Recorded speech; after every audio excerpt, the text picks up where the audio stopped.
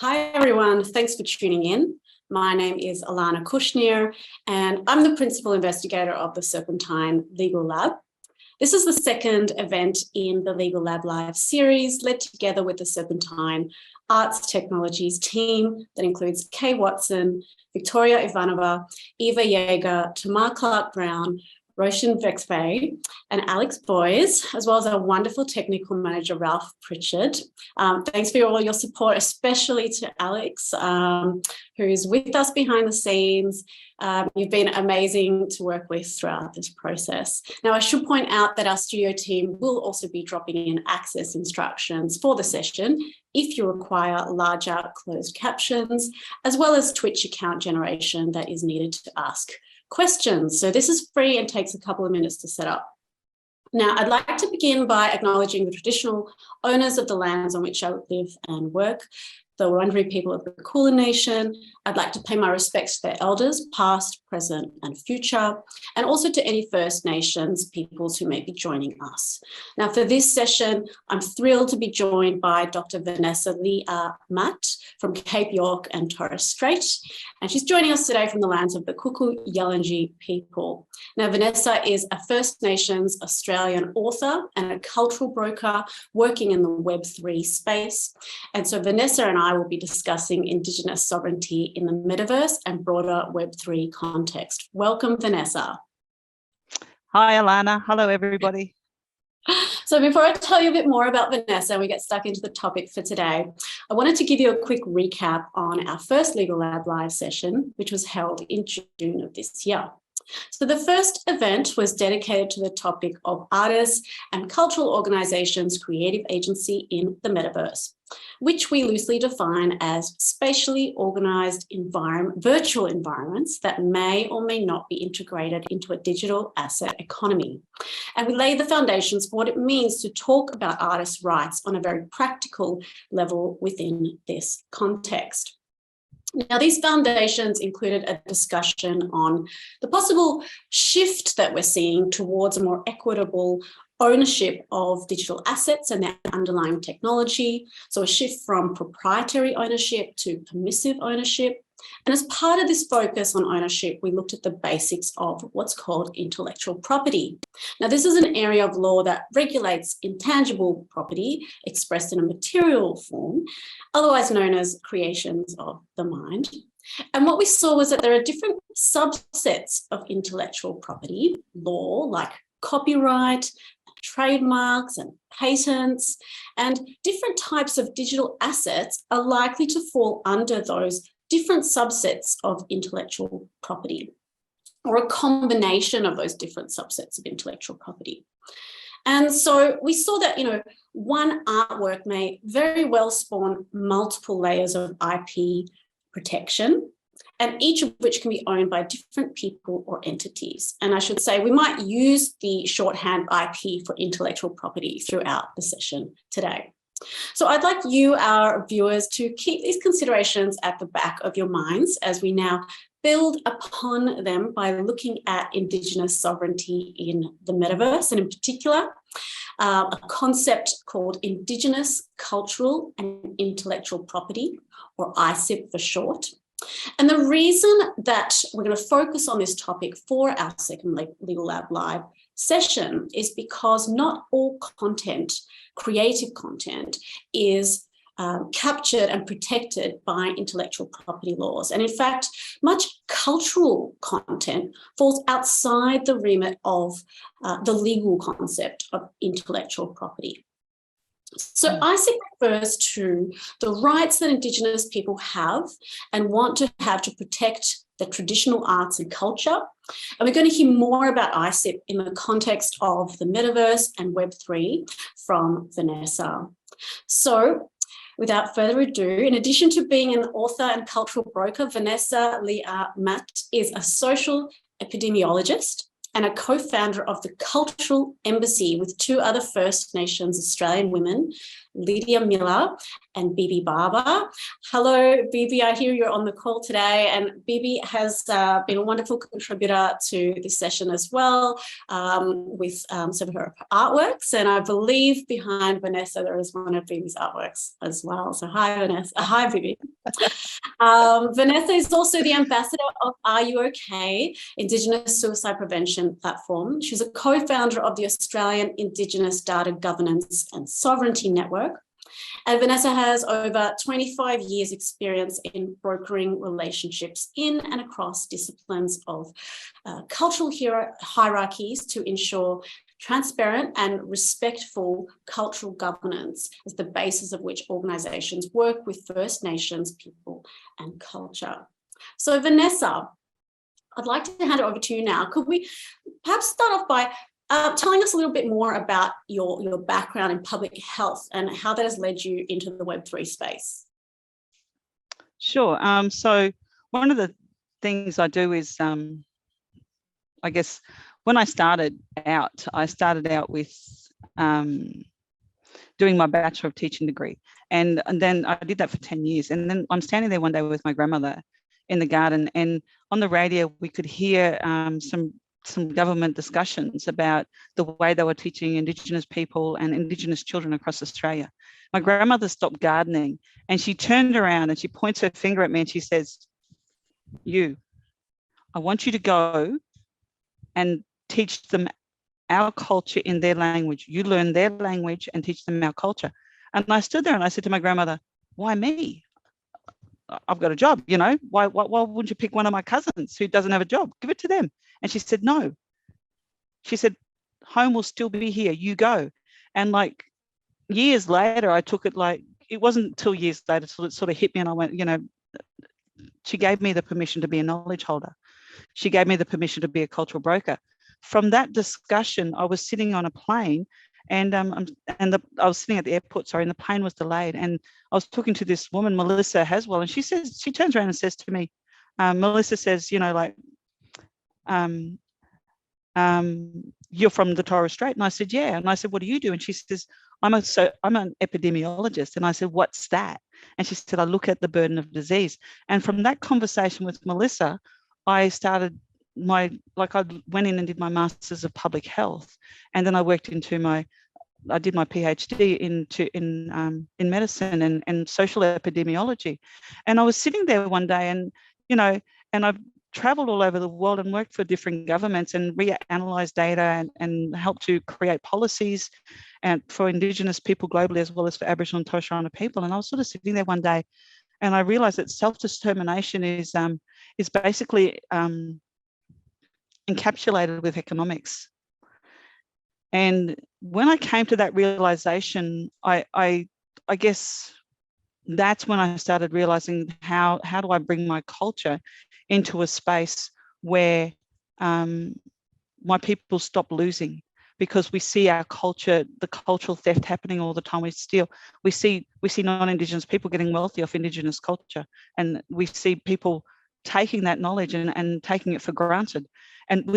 And sometimes I wonder if it's an ignorance or not realizing that Indigenous people are still living in overcrowding and all these social determinants are still impacting on their life. And then I was thinking about it. And then in about 2016, I bought my first Bitcoin. And from that is when I started to understand what the blockchain was. And from there, I just started really thinking about it. And then a couple of years ago, I started having this conversation with a lawyer, and she was right into the blockchain. And I said to her, how do I bring my culture in? How do we make this culturally appropriate? And from that discussion, we sort of, we created the discussion paper about the cultural embassy, and here we are. So now you mentioned the phrase knowledge holders. Also, if you could tell us a little bit more about that, what that means. And actually, we've got the diagram up on the screen, I should say, which you designed, Vanessa.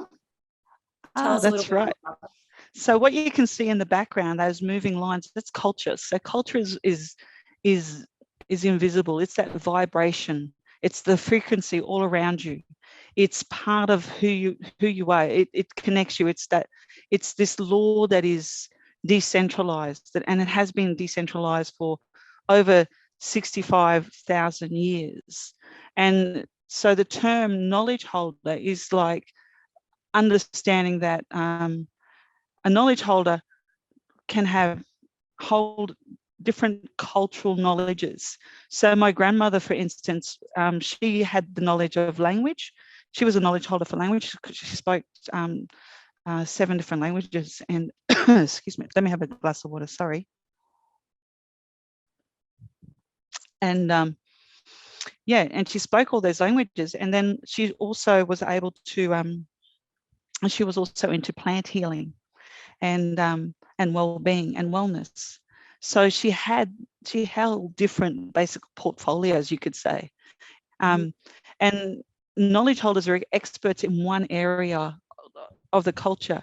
And as you can see on the screen there, like I've got like, you know, someone who knows about the stars, someone who knows about, you know, the oceans and the waterways. And then you've got someone who knows all about the plants and the earth and you know, what is going on around you. And that knowledge holder will also is responsible in taking part of that aspect of an initiation ceremony. And so as much as culture is all around you, it's vibrant, it's visible, and culture is part of who you are and what connects you to the land, to the air, to the sea, you know, to everything around you. And when you understand your aspect in the knowledge holder, and I'll go back to what my grandmother said to me when she asked me to, you know, teach them, she said to learn their language and teach them our culture in their language. And, you know, that comes with a lot of respect culturally and a lot of responsibility, that sort of language, when she said that to me. And, you know, there was no blueprint. And there never is. So, but you're taught the cultural laws, and that's what guides you. So you have this whole law system that you know innately is the way it is. And by law, you also mean LORE, right? So as opposed to, you know, intellectual property law, LAW, cultural law, LORE, is different. Exactly. And cultural law, LORE, is, I don't know, what's the term? Fluid? Yeah, it is. It's fluid, and it's something that's taught to you from birth. And so, you know, like for instance, at 2 years old, a young child is taught to appreciate the earth. So the first thing we do, like, you know, with young children is you sit around and you put this children's legs in the sand so that they can start to feel the earth and what it's like. And then you start to teach them about how to respect it. So, and then, you know, and then this also brings into discussions about, you know, understanding what your responsibility is to the land and how you need to preserve it and provide reciprocity for future generations, because each pillar of law, LORE, comes with that sense of responsibility and understanding. And when you understand how the culture fits in with it, you understand how your life flows, how your decisions are made, how you live. You understand the purpose of what you're doing and why things happen. And you have this sense of responsibility that starts from when you're really small. You know, children from the age of roughly 2 years old, children are taught to tell stories through dance. You know, they're taught to understand their place in the culture, their roles. So, and there's no age limit on these, you know, and knowledge holders, so you get, like, your knowledge comes from all the teachings. I spent much of my life being taught by my grandmother and a lot of my elders. And so when you have that sort of responsibility, like at the time when you're getting taught, you don't think of it as a sense of responsibility. You don't think of it as putting a label on it. It is just the way it is, and you accept it. It's part of the culture, and that's just the way it is, and you're respected for it, and you're respected on all different levels. Sorry? And these teachings, they're passed down verbally as well, which I think is a really important component and makes it quite different to law and LAW, which we're so used to seeing in written form, and I'm trying to understand it through its written form. But law, LORE, is taught in a very different way. Yeah, and it's also done through art. So like in the Western terminology, it's art. In our terminology, like it's drawing. It's like you draw on the sand, you know. So, and things are drawn out on the sand. You do, like, land ownership is through markings on trees and vegetation. So you knew where nation groups were. You know this automatically. When I go home to my traditional lands, like into our societies, like I know my family's boundaries of land. And I don't mean like there's a white picket fence. I mean, like, you know, I recognize the tree. I recognize that this is what is the boundary is. I know the waters. And so we, like, you know, if a fish beaches itself, or say a dolphin or whatever, beaches itself on your section of the beach, you know, you have a responsibility to go down there and get that dolphin off, and people can come and help you. But if the dolphin dies there, then it is also that responsibility goes back to you as the landowner, even though it's beach. And, you know, and it takes it. And so this is, I guess, the simplicity of saying, like, what is decentralized? Because you already know where the boundaries are. You already know what the law is, LORE. You know your sense of responsibility. You know, and, you know that somebody else also has a sense of responsibility. So you don't have to take the weight of the world on your shoulders. You sort of go, oh, okay, I have to stop there, and you're going to take on this. So and speaking of centralization, let's get stuck into the cultural embassy. So sure. The cultural embassy, in your white paper, which was released earlier this year, and I believe we'll share a link to the white paper in the chat. The cultural embassy, you describe it as using the newest digital technology to rewrite history, and an aim to build the foundations of a more equitable universe, starting with respect and recognition of First Peoples. And we can see on the screen here now your cultural embassy website, which has recently gone live. Congratulations. Thank you. Tell us a bit more about what we're looking at. So these pillars that you're looking at on the screen, Alana, they are the pillars that basically that we work with for the cultural embassy to achieve our aims.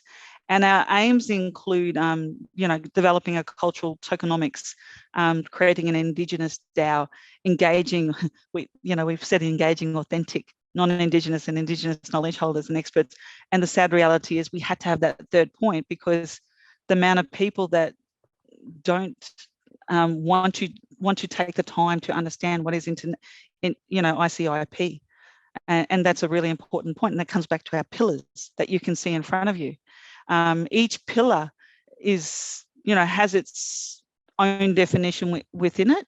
And we've also created some, or we've moved across some examples. So that explain what we're doing. So when we talk about culture, for instance, as you can see there, like culture is we give a definition of what a generic definition, what a person's culture is, what it includes, because culture is a term used, across society, and it's arts, laws, customs, beliefs, and then you have subcultures within it. So in Indigenous culture, we don't have like the subculture. So we don't have the sports or the culture is much more, I guess, like it's, like I said before, it's decentralized. Decentralized, interdisciplinary.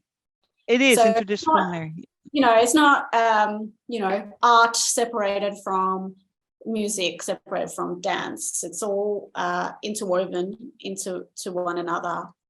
There's no separate art forms as such.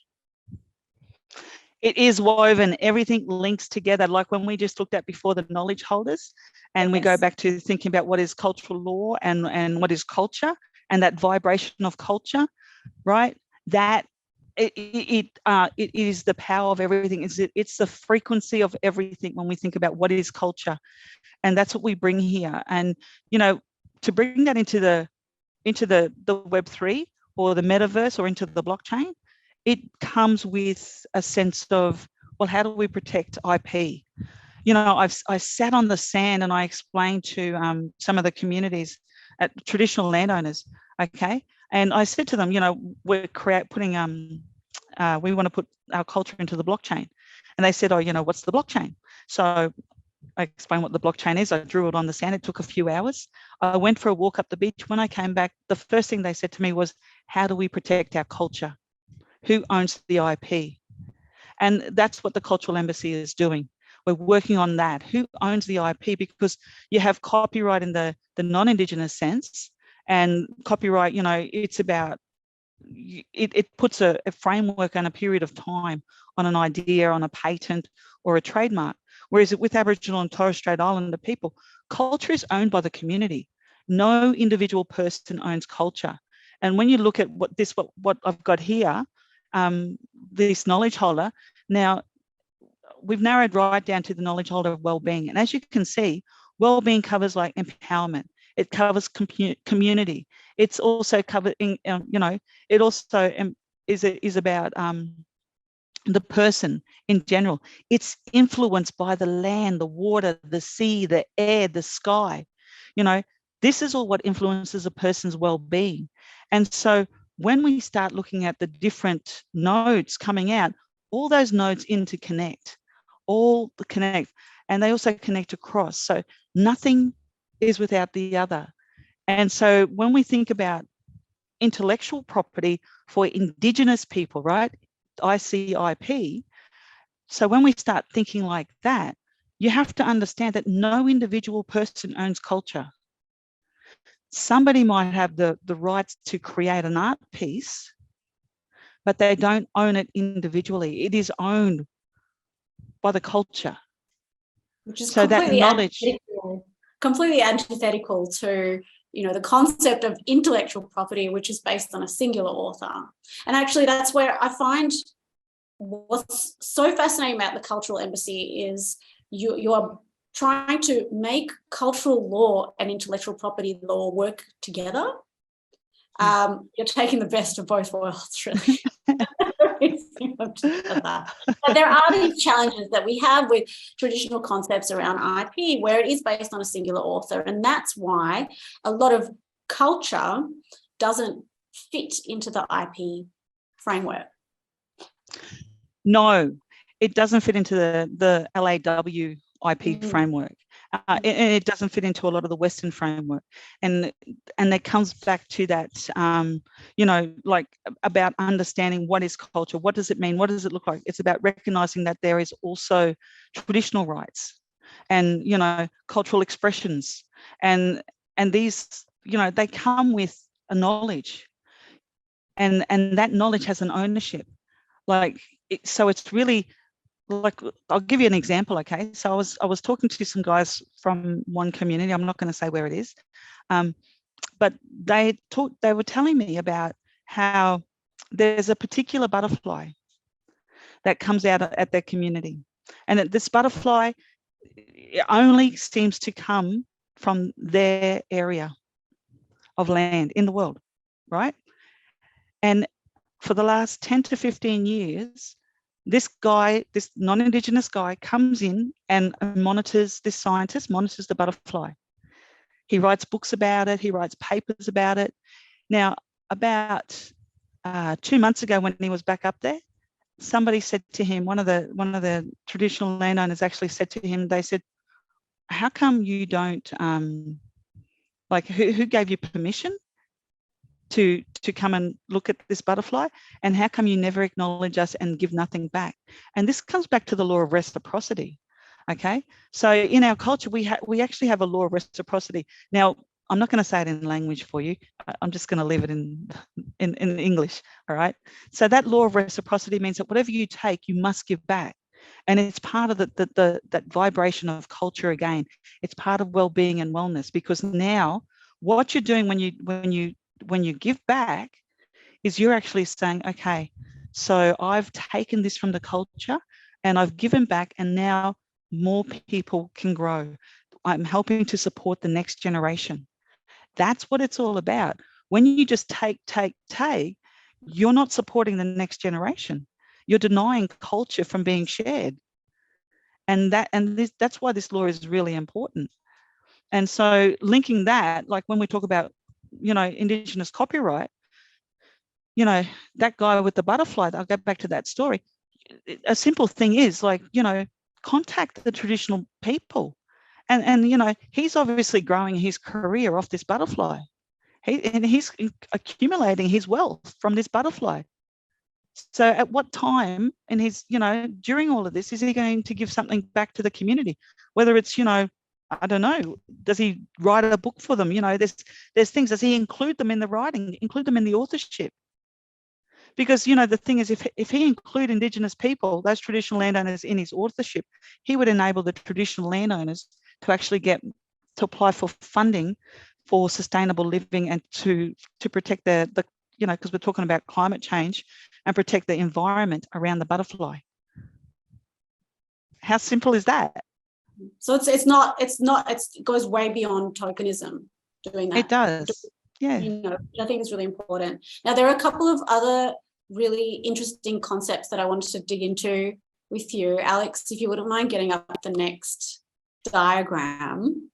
Mm-hmm. All these concepts are covered in the Cultural Embassy white paper. The dreaming. Tell us about the dreaming. Big question.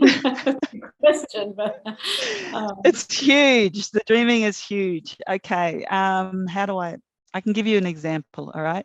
And I think this example will link all of the pieces, the concepts, and bring it back to an equitable metaverse.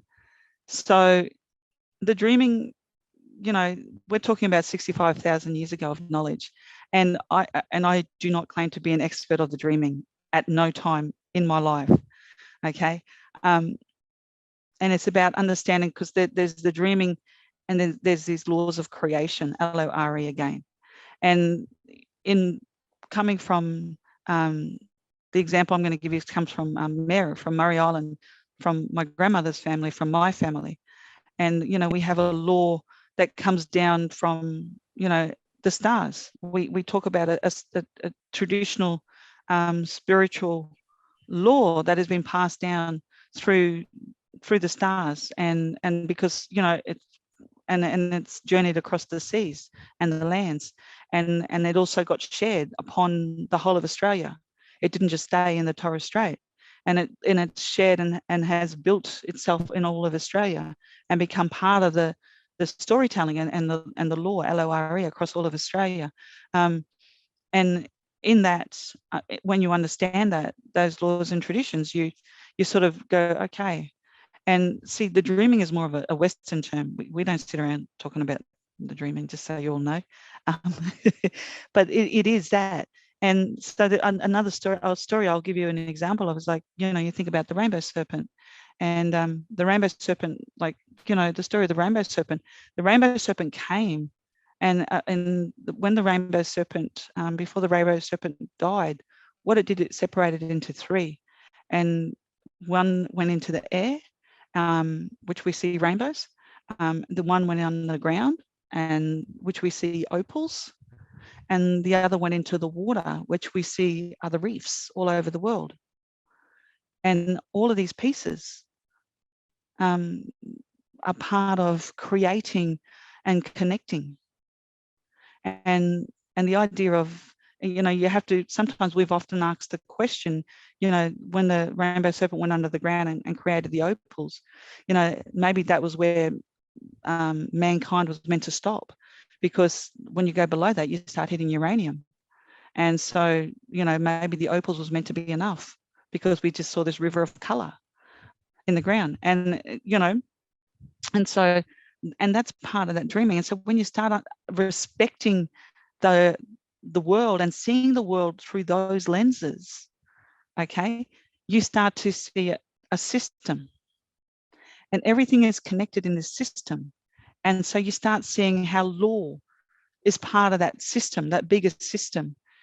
And then when we go and we talk about that, and you talk about that custodianship, and there are people that, you know, there's traditional elders, that traditional landowners and elders, I should say it like that, who are custodians of the law, and then custodians of the earth. But as Indigenous people, we are custodians across the lot, if that makes sense. And in that responsibility comes with it those different laws, like I talked to you before about reciprocity. So we also have this law of invitation, and the law of invitation is, to put it simply, means that you don't go onto somebody's land without being invited. You don't go into somebody's house without being invited. And when you go onto somebody's land, you treat it the way you would treat your own home, the way you would treat your own family, the way you would treat the trees and the plants and your pets at your place. And so in that context, you know, like with colonization, when Australia was colonized, that was the law of invitation wasn't understood by the colonizers. And so we're at this point now where we're seeing the metaverse and the blockchain, and it's almost like colonization on steroids, in the sense that we're just seeing this repeat of this centralized system. And people are trying to say it's decolonized, but they haven't been able to change the law, LAW. They haven't been able to change their cultural behaviors. You know, that it's really interesting how people are just bringing it back up into this system. And when we talk about that equitable metaverse, you know, all you need to do is look at the data at the moment. And, you know, I wear my epidemiology hat. But the data at the moment is talking about the high depression and anxiety rates of young people of different genders and sexualities and minority groups and women. And, like, you know, the metaverse, the whole of the blockchain, like there's 17% of women, you know, and that alone tells you the inequality that is existing at the moment. So when you bring it together and we say, okay, well, the cultural embassy is here, and at no time do we promote ourselves as cultural authorities or anything like that. And I want to be very clear. But what we are trying to do is to preserve the culture as we bring it in, so that the knowledge is held by Indigenous people, because we are the custodians of the land, of our seas, of our waters. There's a reason we've survived 65,000 years. So you mentioned these challenges that we're already facing in the metaverse context, and I wanted to bring it back to ICIP in particular. And something you mentioned in your paper is, for example, the use of, you know, totems or gain loot, you know, these kind of concepts that we're, you know, becoming quite familiar with in a day-to-day context. But I think a lot of us might not realize the significance that some of these objects have. So can you tell us a little bit more about what a sacred object is, what a spiritual object is, and what it means to take that and put it in a game, for example? Well, you know, like during creation, spiritual beings sort of came across the earth, okay? And they created what is called the sacred world. And in that creation was determined the relationships between the land, the water, the sea, the air, the sky. And once it was created, you started seeing rivers, rocks, trees, and everything around. Now, then we start seeing the descendants coming out, and these are certain animals and plants and so forth coming out of creation. And so, like, there is an obligation of all First Nations people to protect these artifacts and to protect these spiritual objects. And when you take that on board and understand the roles and responsibilities to actually protect and preserve, you start to understand the importance of culture. And I think a really good example I'm going to give you is two. Okay, so they're parallel. They go parallel. One is the bombing of the cave over in Western Australia, and it was 4,000 years of art. Okay, so this was by Rio Tinto. Yeah, Rio Tinto. 4,000 years of art bombed by Rio Tinto. Right now, the thing is, like, people were like, well, so what? It's land. But then on the other side of the world, we saw the burning of Notre Dame. Now, I remember I'm sitting with a colleague, and I've come out of the shower, and we were sharing a 2-bedroom apartment while we were working in New Zealand when this happened. And because we were working over there, and I've gone into my bedroom and I looked, and she was sitting there sobbing. And I said, what's going on? He said, has your husband died? Are you all right?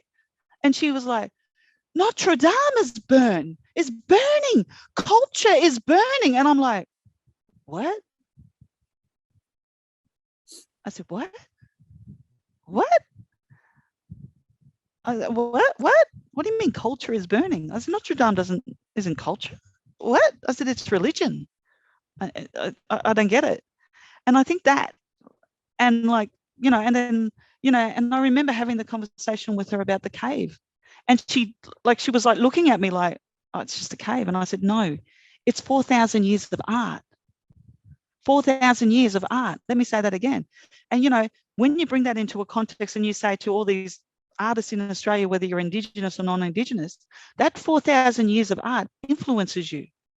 When you walk around Australia and you see Uluru and you see the colours, that influences you. When you walk around and you see the way, now this is an interesting thing, people who live in the desert country seem to draw a lot more circular pieces because there's a lot of circular landscape. People who live on the coastline draw a lot more lines because there's a lot more lines on the landscape. And so when you start having these conversations with people and like saying, well, this landscape influences you. When you go and see a butterfly cave in Australia, that influences you. And there's a reason that butterfly cave still exists, is because Indigenous people have worked out how not to destroy it, have worked out how to live with the land, how to understand the importance of sacred objects, of the kinship, how it all blends together in culture. Does that make? I hope that makes sense. Yeah, it absolutely makes sense. And it leads me onto this concept of digital repatriation that I've seen coming up with a few blockchain projects recently. And also, is really, some of these projects are really found on this idea of a sacred object that has a particular meaning to a community and a particular history for a community. There was even a DAO called the Bronze DAO, which was set up to basically fundraise to have some of the Benin bronzes returned. So, we're seeing DAO structures being used. We're also seeing NFT projects. So the Ballot NFT is something that our audience might have heard of. It was quite widely publicized when the NFT was launched. And so this is a project by the Congolese Plantation Workers Art League. And this is a collective that built a contemporary gallery space in the middle of a palm oil plantation outside Lusanga in Africa. And they've been attempting to obtain on loan this carving, which you can see on the screen. And the carving is currently held in the Virginia Museum of Fine Arts in the US. And so, unfortunately, their attempts to obtain a loan so far have been unsuccessful. You know, I would venture to guess it's because perhaps the museum came up with an argument around, you know, the environment need to be specifically climate controlled. You know, those are the kinds of one of the reasons, I should say, that museums tend to refuse loans. But so anyhow, the collective, they minted the NFT of the sculpture, and they sold each edition. So there were 306 editions, and they sold each edition for 0.2 ETH each. And so there was a specific reason for this price, and that was because 0.2 ETH at the time of the sale was the equivalent of the price of a hectare of land in Lusanga. So what they are trying to do is literally buy back the depleted plantation land, and so buy back a hectare of a depleted plantation land with each NFT that's sold. But so that, you know, that example has led me to think about, well, you know, what else can we do in the Web3 space to you know, accommodate cultural law? You know, as a lawyer in this space, I hear a lot of discussions on a day-to-day basis about what should we do with the law, LAW, and how can the law accommodate Web3? How can Web3 accommodate the law or intellectual property law? But what about when it comes to cultural law? How can Indigenous people really take control here? I mean, that also leads me on to this word that we've used previously in our previous session around agency and cultural agency. But how can you take back power in this space? I think it has to happen two ways. I think non-Indigenous people have to start, you know, advocating for international protection of First Nation people's intellectual property. And they can do that by looking at, say, the UNDRIP framework, the United Nations Declarations of the Rights of Indigenous People. And there's also, there's also frameworks for Indigenous data sovereignty and governance in the CARE sector or framework, the CARE framework it is. And so I think when non-Indigenous people start taking that responsibility themselves, and also, you know, understanding the rights through like cultural traditions, traditional expression. And my point is that when non-Indigenous people start taking that responsibility as well, then we don't have to spend all our time educating them. We spend so much, you know, every time I do a partnership with non-Indigenous people, I probably spend a quarter of my time educating them just on just our cultural ways of doing and being. And some of these things can be, you know, go and have a look at UNDRIP, go and have a look at you know, Google stuff, have a look around, see what's happened, look at the history, you know, and come from this place of, okay, so this is where Indigenous people come from. They have a decentralized system, but they don't have a centralized system, right? And so having those simple understandings actually makes a difference, because then we're not playing catch up every time we meet, or we're going to collaborate on a piece of work together. And the other thing about that other point of your question was, how can Indigenous people take back their power? And this is about, you know, this comes back to ICIP as well. And it's also about Indigenous people. Like, it's very easy that I'll go back to that example of the butterfly. Now, they've approached this guy. Now they've said to him, you know, like, you know, who gave you permission and whatever, right? Now, for him, he should have used his privilege and turned around and went, you know what? I'm going to talk about you guys. Do you want to be part of this conversation? You know, it's about people using their privilege and saying, you know what? It's actually not okay to identify as an Aboriginal expert if you're not Aboriginal. It's actually not okay to identify at being, you know, an Indigenous artist if you're not an Indigenous person, you know, or if you're just new to, and you know, like Alana, you can't be Aboriginal and Torres Strait Islander or Indigenous through osmosis. It just doesn't work like that. You actually have a bloodline and a genealogy, and you know, you're the people know who you are. So when you bring that context into understanding it, it's also about respecting that knowledge exists, respecting that First Nations peoples are the protectors of the land and the waterways, and there is a knowledge here to share. But the reality is that everything is about economics.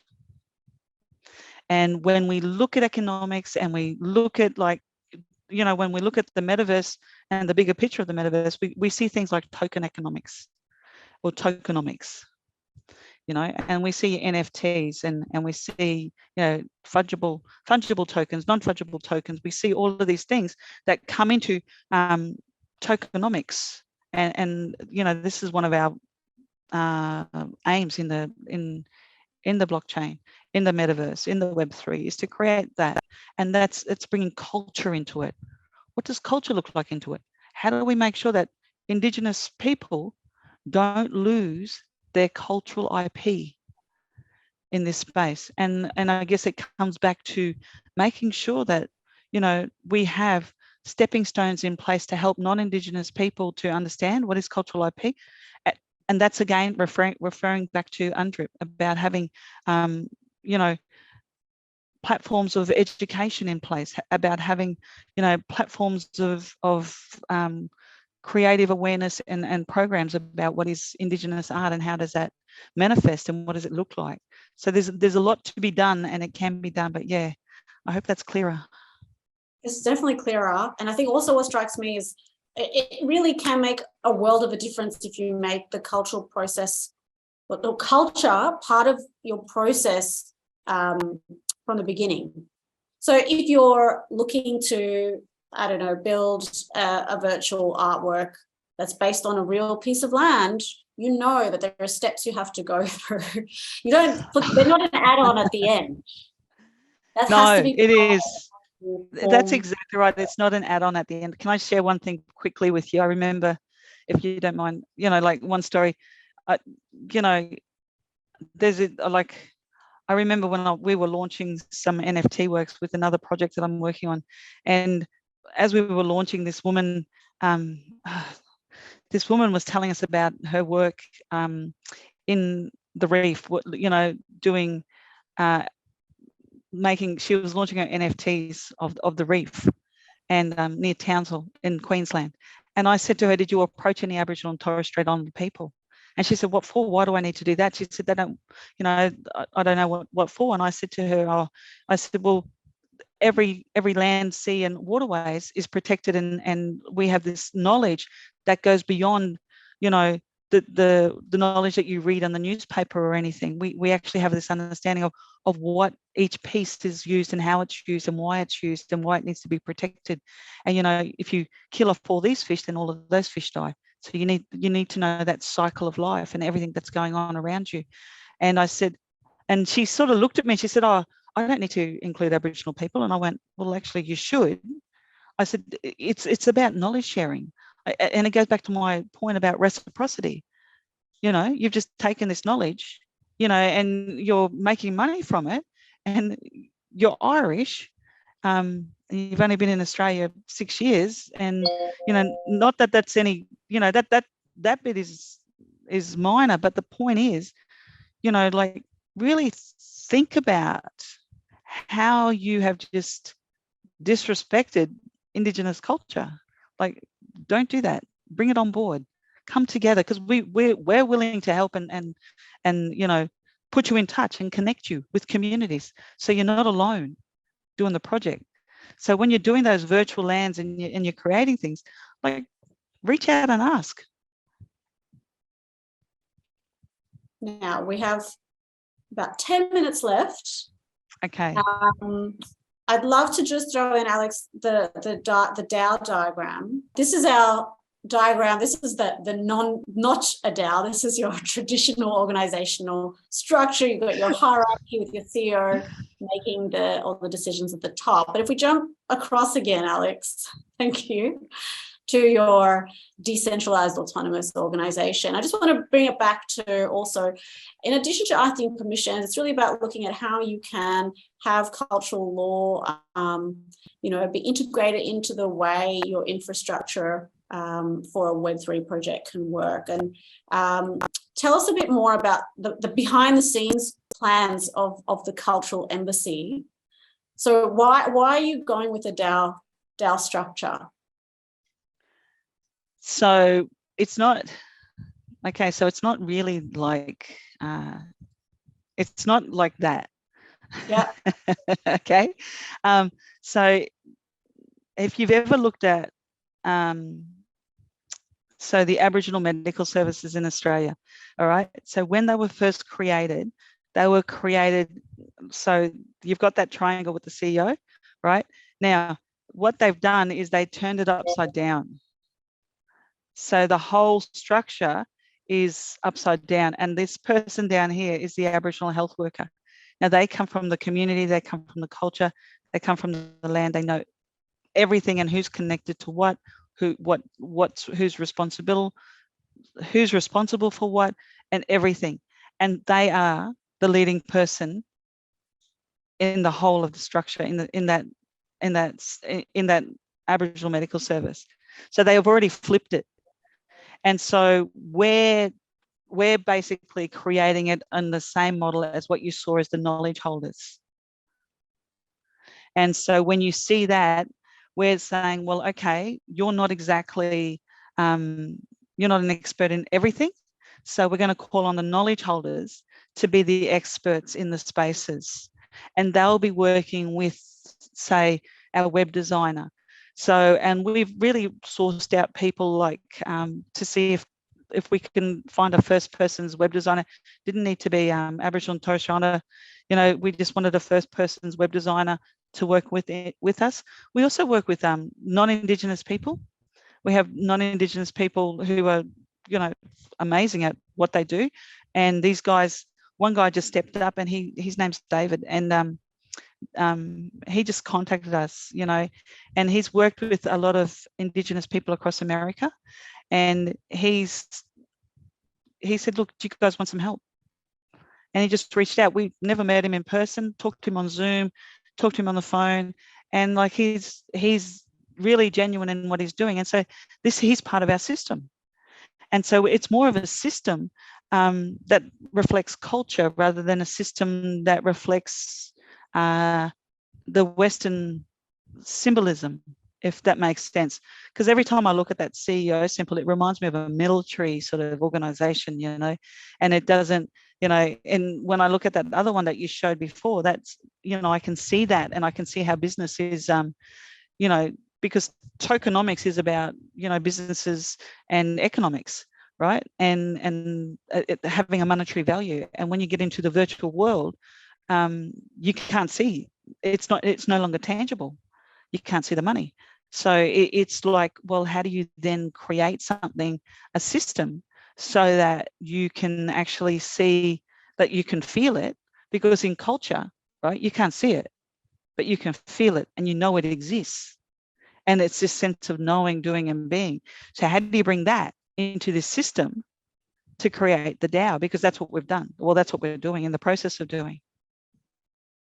So it seems like it's not so diametrically opposed, the idea of your knowledge holder and the idea of your DAO member, in a way. So on that note, I'd love to open it up for questions. Do we have any questions from our audience? Hi, Alana. Hi, Vanessa. Hi, Alex. Hi, Vanessa. Just to say thank you for spending 100% of your time educating me throughout this process. It's a lot more than the percentage that you listed out earlier. But one question that we've got is, how do the financial benefits play out with this? Or how does the community become compensated through the DAO structures? So the way we're setting it up is there's a couple of things. We're going to have, you know, like the communities. So we give any knowledges that we take from the communities. So we give a percentage back, of course. And if we're doing NFTs are similar to what you're talking about with the bronze model. So we've actually asked them to identify, you know, is there an area of say environmental area or sustainable areas that you would like to be achieved in your communities. And people, you know, people have issues of social determinants that they would like to be addressed. And so this is an opportunity, like I said to them, you know, this is where you could actually start doing things and have empowerment yourself. And this is your own autonomy in economics. And so when we were talking to the communities and bringing them in as part of this discussion, you know, that's what I'm saying to them. I'm saying this is how we're doing it. So you've got the artists, and then you've got this other bit here where it also includes the community and culture. In some areas of another section I've worked in, they put 30% into the communities. But we're negotiating with the artists and saying, well, what do you want to put into the communities? The other thing is we're also asking people to donate when they come onto our site, so they can donate. You know, if they're going to buy a NFT or whatever, if they're going to use some of our policies, if they're going to use some of our platforms, we're asking them to donate into one of the communities and choose one of the communities of choice that we have listed. So that's actually a really important point as well, this kind of the use of policies. So you're going to have resources there for people to use. So you pay for them using tokens, I assume. Yeah. Yeah, and that's part of it. And so because, you know, if you want to have access to, so if we look at some of the, if you look at, okay, a lawyer's document of legislation, that is just crazy to read. And if you give that to an Indigenous person, they're going to go, what? You know, unless they're a lawyer. So by us working together, and we go, okay, so how do we make this simplified? Now, how do we now give that simplified version to people and say, well, this is what it looks like with culture embedded through it? Vanessa, just a quick comment. Piper Isru says, a wonderful and inspiring conversation. I learned so much. Thank you. How are some of the ways in which your DAO actually protects ICIP? In terms of the practicalities, I guess. And a leading on question from this is, do you find any problems exchanging cultural value for economic value in your DAO? So we have been having conversations with traditional landowners, and like in Australia, there's 250 language speakers. So, and we've started those conversations, and we're doing it on the radio. We're doing it, you know, face to face. We're having these discussions, and we're making people aware that we exist. And I'm also talking, like in that conversation, we're asking them, like, what do you see? How do you see culture fitting in? How do you see, like in this decentralized structure, how do you see this working? And, you know, like cultural law, simple things like cultural law is part of that decentralized structure. If somebody wants to access the cultural law from a certain place, right, then they have to pay for it. And that goes back to the community. And then the community decides, like, you know, they decide what area in their community they'd like to spend it on. And so we're seeing that trajectory happen. And and that's how we're setting this up. I hope I answered your question. Vanessa. And sorry, just I thought the second part, the second question was really interesting. There, this kind of use of, you know, this combination of culture with economics. You know, what do you think? Culture and economics. That's why we're going back to the communities and talking to them. And the thing is this, right? If, you know, the reality is this, so many people interpret our laws and so many misinterpret our laws and as to LORE, as to how they want to. And they're not even living on traditional land. And, you know, or they're non-Indigenous people who, they're both, so there's both Indigenous, non-Indigenous people that are interpreting law without living on land properly. And it comes back to identity theft. And so when I talk to traditional landowners, what we're finding is that they're acknowledging the identity theft. And the thing they're saying to me straight out is, if we own intellectual property of our cultural laws, you know, how do we, because they said to me straight out, how do we, if people want to access our cultural laws, you know, how do we charge them? What does this look like? And so we're having that conversation now as you know, as our team is, and that's what we're doing. We're having those conversations now. So it's not something we haven't thought about. We're in the process of discussing it and making sure that, you know, we bring this together, because if we don't bring this together, right, we're going to play 240 years of catch up again. And as we all know, when you look at that bell curve, right, the world at the moment is at the base of the bell curve down here on this bottom axis, right? They haven't even gone up the bell curve. The bell curve hasn't even peaked for the blockchain. Indigenous people aren't even on the bottom axis. So what we're aiming to do with the Cultural Embassy is bring Indigenous people on an even par with non-Indigenous people at the bottom axis, so we can actually go up together, because that digital economy, you know, that digital economy is where we need to make sure the whole world is together. Otherwise, Indigenous people stand to lose again, and we don't want to go back through that. So the economics and culture is very much in the foreground of discussions at the moment. Well, I think that's a beautiful note to end on. We're just about at time. Thank you so much, Vanessa, for sharing your insights with us and your knowledge with us. It's a real privilege. And we're here to support you and the Cultural Embassy team. If anyone would like to get in touch with you, what's the best way of doing that? I'm on LinkedIn. Send me a message on LinkedIn. And I've also on Twitter.